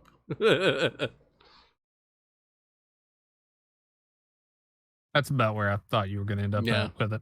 I was actually more shocked that as a standalone you were going to go 2.5 or 3, because some people I spoke to were like, I gave it 2 stars, and 1 star was because there was a Darcy cameo, and I was like, oh yeah, Darcy was great. That was a happy surprise. That was.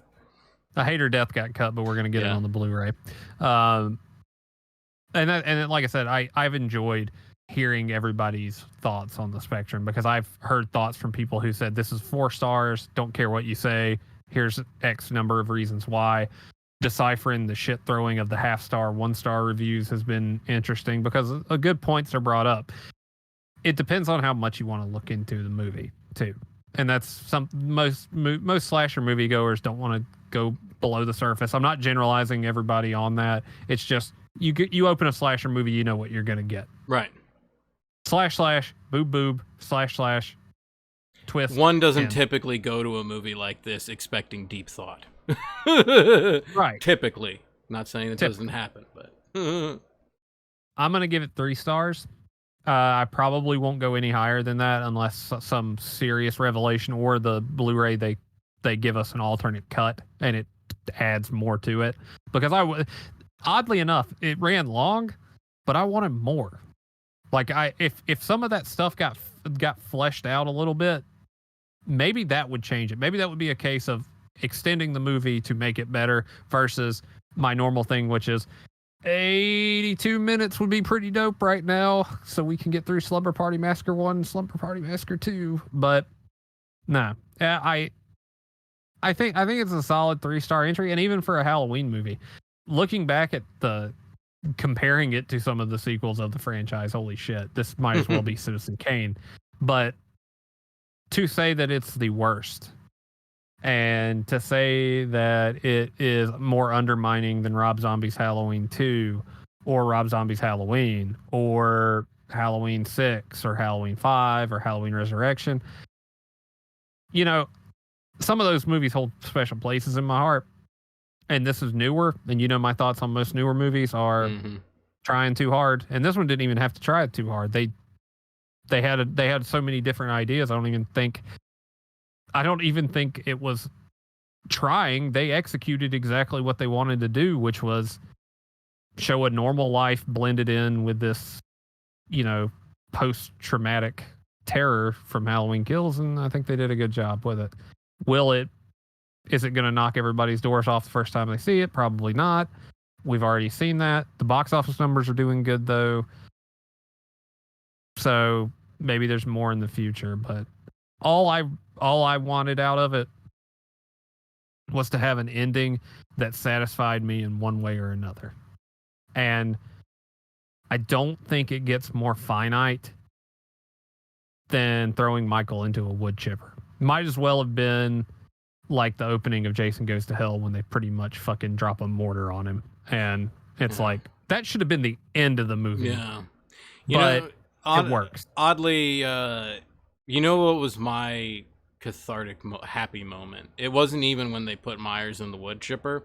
Like I said, like that scene worked more for me than it didn't work for me. I know it didn't work for a lot of people, but there were certain elements of it that I think that are getting overlooked that actually kind of make it work. I was just joking on the Joker reference, but no, that's besides the point. Something about the final shots of the film.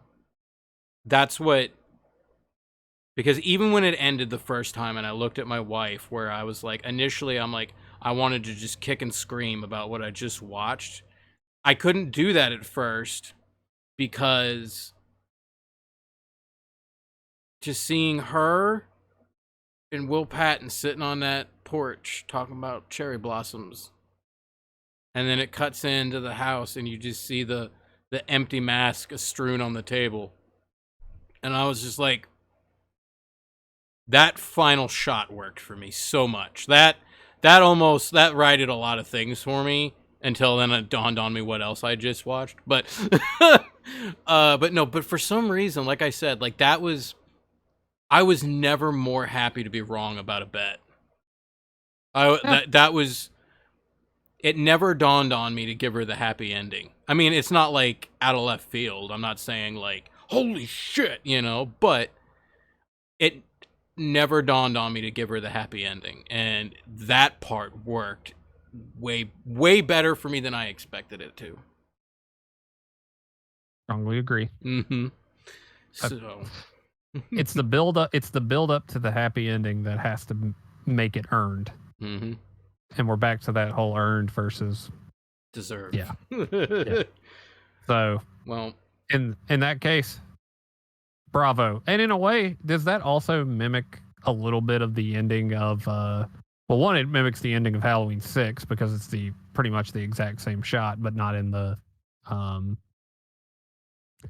same context, we'll say. But I think it plays back to the franchise, and yeah, it's nice, pleasant, if you will. So, in conclusion, I would just hope that going forward, when discussing this movie, that whether or not you agree with me or Gabe or have your own thought that's completely different, try to constructively engage it. Because I will admit that literally when the movie ended and you typed into the chat, I rather enjoyed that. The initial reaction was for me to be like, how the fuck did that happen? But literally 5 seconds. I just needed that 5 seconds. And then I remembered the Ghost Watch moment. And I was just like, I've had many conversations with this man. He's not going to just say he liked it for a bullshit reason. So, like, I'm like, I want to hear this out. Not because I'm like, I want to hear how wrong he is. And not that at all. But I'm like, if anybody's going to be right about a differing opinion on a movie, I felt it was going to be you. You're putting me up on this pedestal here, and I don't know how I quite feel about it, but, you know. Maybe, you know, I think I've talked about it before. When I was back in film school, I was pretty hard-nosed on, you know, the high art part of film, and I kept that because Apocalypse Now is still my favorite movie. You're in your pinky phase. Yeah, I was in my pinky phase, and now I'm in my Michelob Light ripping a dart in a lawn chair phase, which is a much better phase to be in. Everyone, it's much it's funner. So much, yeah. There's less stress on you. But Ian, and you too. You've given me insights on other movies too, because I like to see all of the perspectives of it. You know, we found artistic merit in American Rickshaw, in 1990 Bronx Warriors, in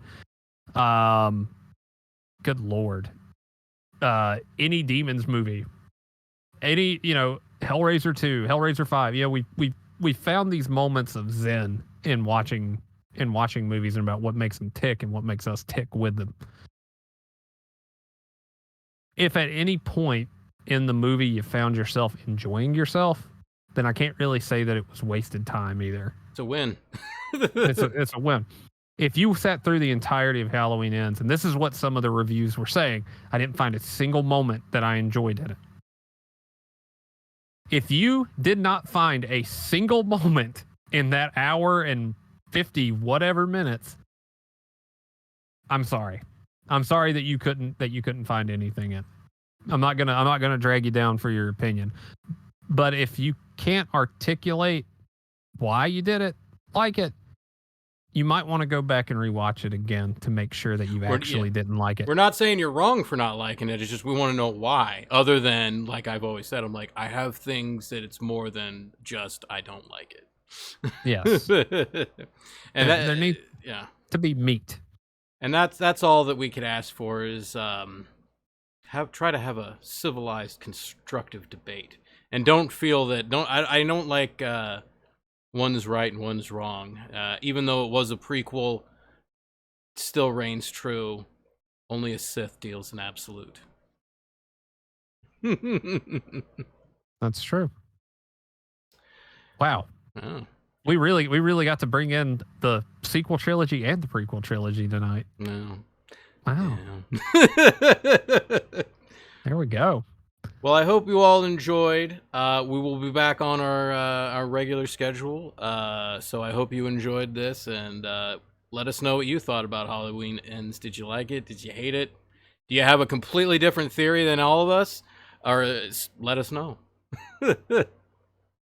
I am actively ready to engage in conversation on this one, because I get the feeling that once the layers start to get peeled back on this one, there might be some shit that neither one of us noticed. Just don't be an asshat about it. Like, I'm not saying you can, you had to like the movie, but I'm just saying, have some class.